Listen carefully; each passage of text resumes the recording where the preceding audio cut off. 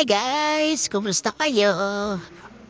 For today's video, actually, matagal na tong video na to.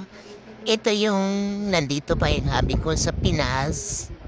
At isinamos na siya sa probinsya namin sa Kineme para umattend ng wedding ng kuya ko.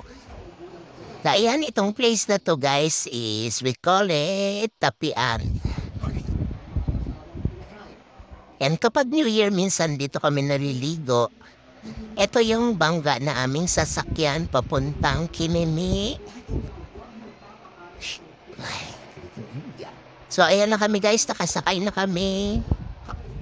Ayan, as you can see, grabe yung tubig dagat, blue na blue. Yan yung ulo na kasawa ko. Anim kami dyan napasakay. Pangpito yung driver. Ayan yung nasa likod ko. Tuwan-tuwa ako guys kasi sobrang tagal na hindi ako nakabalik sa Kineme. More than 30 years na rin. Yan yung aming driver.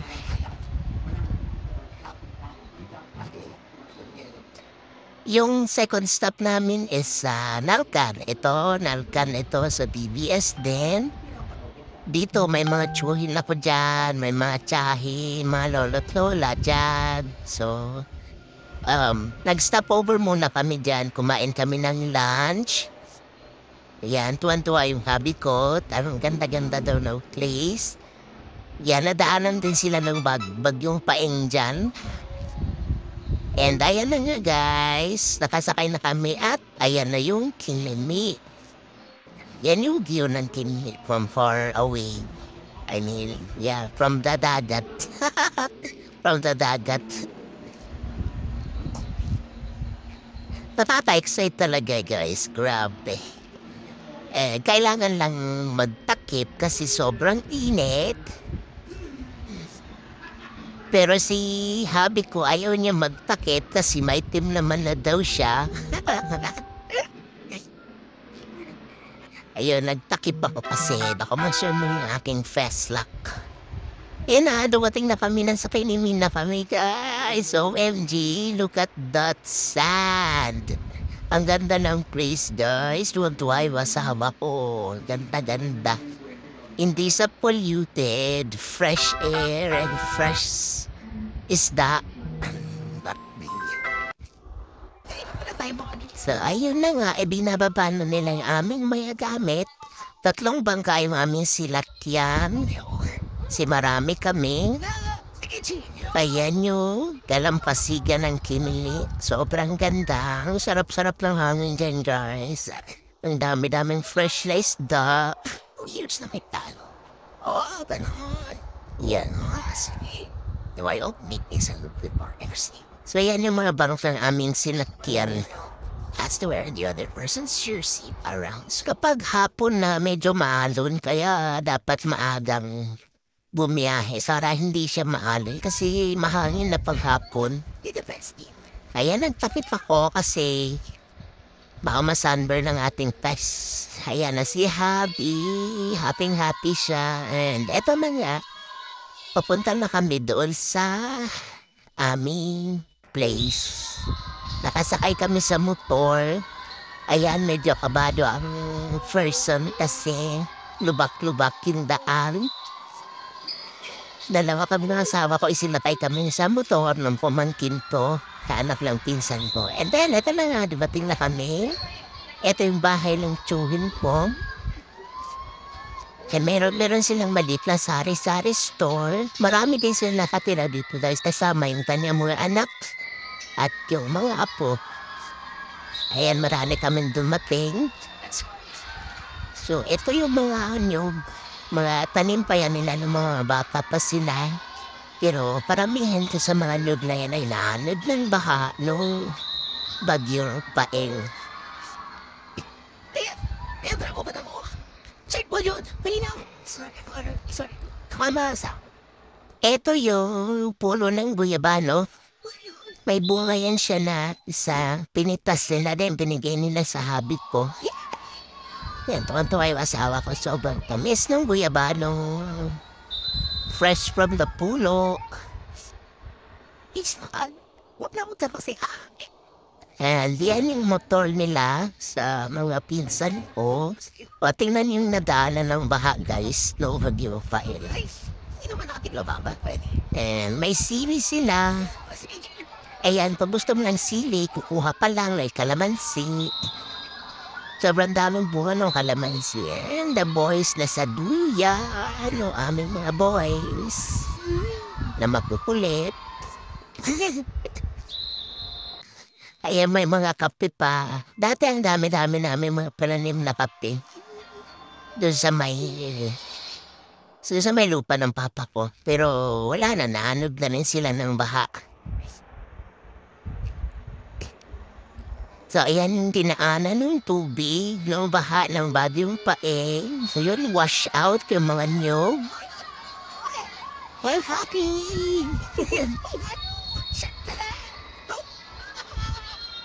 O, ayan, parang laging ano siya, laging dalampasigan. Sobrang dinaanan ng baha. Ayan, walang natira dun sa mga nyug ng papa ko. Dami-dami niyang mga nyug dati. Kinopopra dati yun ang kuya ko kapag harvest time na ng nyug. Ayan lang yun natira, guys, 7 puno. Sa dami na yung nyug na itinamin ng papa. 7 lang yung natira. And then, ayan yung ilog. Diyan kami nalilito. Dati, sobrang sarap ng tubig dyan. Super lamig guys, super fresh. And then, this time, manguha kami ng buko. Kaya yung asawa ko nandun na po sa may bato, feel niya mag-isa. Ayaw magpa-istorbo. Diyan lang daw siya. And then, pinigyan nila siya ng buko. Ninom na ng buko juice. Ang sarap ng buko juice guys, super tamis. Matamis na maasim-asim. Ayan, ang dami namin siningkit na buko. Ayan, kumakain kami, iba na sa batuhan. Siya yung mga pamangkin ko yan. And then, ito yung kuya ko nagbibiyak ng buko at yung aming bunsong kapatid. Yung aking dalawang brothers.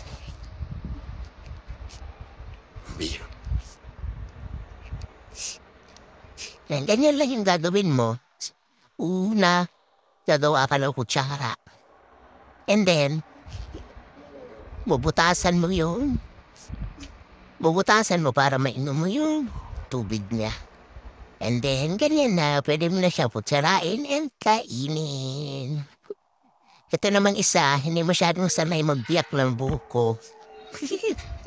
Ayan, kanya-kanyang kain ng buko, guys.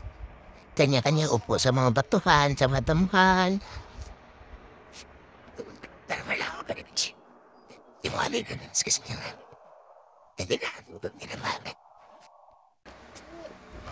Medyo na paraming aming nasungkit na buko. Hindi namin naubos. Yung iba, dinala namin pauwi sa bahay. Nilagay namin sa pitchel.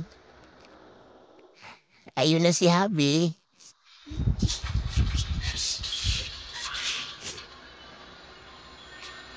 Ayan, sarap lang buko guys. Super sweet siya and malambot. Yung aming buko guys is all fresh.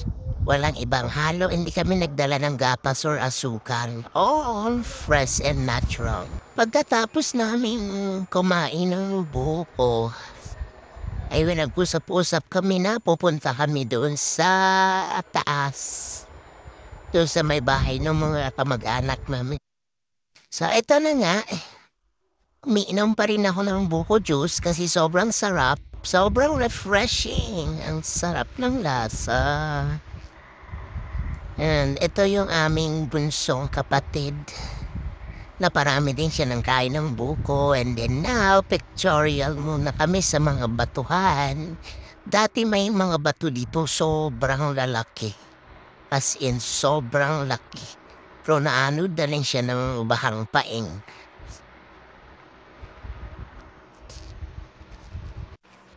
Okay guys, excited ng asawa kong pumunta doon sa kabila. sa mga bahay-bahay doon ng aming mga relatives. Eto na nga kami, dumating na kami. Ayan, kanya-kanyang upo, napagod sa lakad. Napagod sa paglalakad at nabusog ng buko. Nabusog ng buko, nabusog sa buko. Ano ba yan?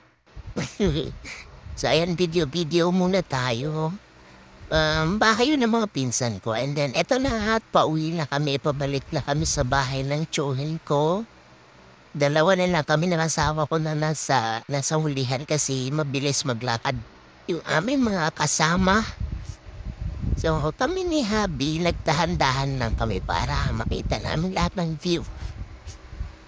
And then, kinabukasan, nag-iigib yung asawa ko doon sa may ilog para pang-boss ng CR. And then, mayroong, anong tawag doon? Tractor ba yan? Naghahapot yata sila ng mga kahoy. Or, I'm not sure kung ano ba talaga yung ginagawa nila. Kung ano yung mga hinahapot nila. Ayan, tingnan niyo yung asawa ko. Kakawayan niya yan sila. Hello siya. Sabi niya sa kanila, hello, good morning. Ayan siya, nag-aakot siya ng tubig para sa CR. And then yung kambing na yan, kinatay nila yan para sa amin nung dumating kami. Eto yung asawa ko, magta-try daw siya magbalat ng nyog.